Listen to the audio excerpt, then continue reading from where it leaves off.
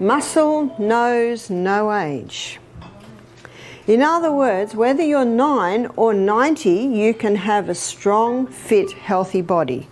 It's not a bad idea to Google 100-year-old athletes and just have a look at what they're doing, because no one here is actually 100. My offsider, Amelia, who worked with me for 5 years, she's a naturopath, she got married.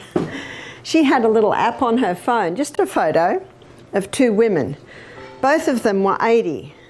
One of them was overweight, hunched over with a walking stick, and the other one, she had like a sports bra crop top on and then jogging pants on, and you could count her abdominal muscles. She was, both of them were 80. Muscle knows no age. So whether you're 8 or 80, you can have a strong, fit body. And I believe that it's very important for us to prepare for our latter years. How many people don't do that? And their latter years, unfortunately, are spent in misery. We need to be preparing for our latter years. And one of the probably most effective ways to do that is to keep the body strong, fit. Of course, giving it lots of water and nourishing food, and we've looked at that. But what is the best form of exercise? A lot of people say to me, I don't exercise because I just don't have time. So I'm going to show you a form of exercise today that only takes 15 minutes a day. Are you interested? Yes. Oh, I'm very interested. We used to do half hour a day.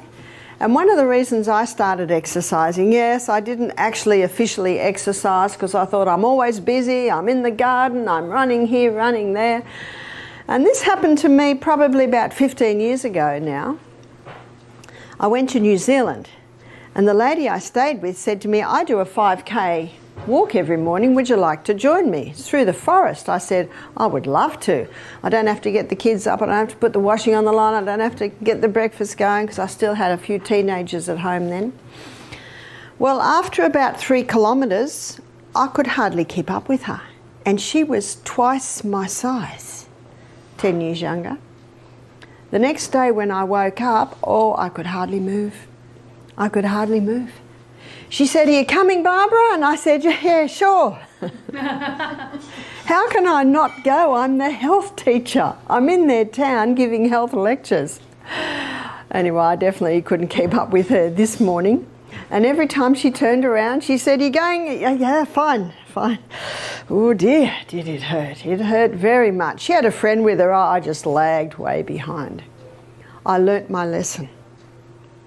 From that time on, I've exercised every day. That's when I realised being busy all day is not enough. I acknowledge if you work as a gardener and you're hoeing into garden beds and lifting, certainly there are some jobs where, yeah, you are exercising a lot. If you're a personal trainer, you don't have to take a special time every day. But even massage therapists, they still need to do that daily exercise. So what is this form of exercise? My husband and I started to do a half-hour walk every day. So how excited was I when I found, well, there's one that only takes 15 minutes. And let me tell you one other benefit I received when I began to implement an exercise program. My feet were always cold. I was always sitting in our little ensuite with my feet in the warm water, warming them up. Always cold. I started exercising and guess what? I don't have cold feet anymore. I don't sit on the little ensuite with my feet in hot water anymore. Mind you, I go to great lengths to make sure I'm warm, absolutely. I used to leave home. Now, we were in Melbourne at the time. That's right down the bottom of Australia in the state of Victoria. And most of the time when I walked, it was pitch black outside. Because when I came home, I thought, how am I going to do this? Got to get the kids up, got to put the wash on, got to start the breakfast. So the only way I could do it was get up a little bit earlier. So I started to walk at 5:30 and it was pitch black outside. But what I found was once you start walking, your eyes soon adjust because it's a hassle taking a torch. I'd leave home and it was cold and dark. I'd have a scarf on, I'd have a hat on, I'd have gloves on. And when I'm coming back, this is after half an hour, well, the scarf's off, the hat's off, the gloves are being taken off. And I'd come into the house going, whoa, it's hot in here. No one else was thinking that. I have a friend, his name's Dr. Jonathan Gibbs, and he did a PhD on the effect of exercise in the cell. And he told me this. He said, when you do that in the morning, a network of capillaries is opened that equals the distance around planet Earth. Well, I can hardly get my mind around that one. So where are these capillaries? They're in your extremities. They're in your fingertips, they're in your brain, they're in your eyes. So it increases eyesight, it increases hearing, it increases every single body function. Leviticus 17:11 states that the life of the flesh is in the blood. It moves blood. So yes, how excited was I when I found only 15 minutes. Well, let's have a look at this. It's called high intensity interval training, or often called HIIT training. And the first documented evidence of the HIIT training was probably before the war. Some German trainers were training their athletes in it. The war came, a lot was lost, and then the next time it was documented was a Japanese trainer called Tabata. Now, in many gyms, they still have the Tabata protocol. And he was a trainer for his girls in the Olympic Games, and they were doing figure skating.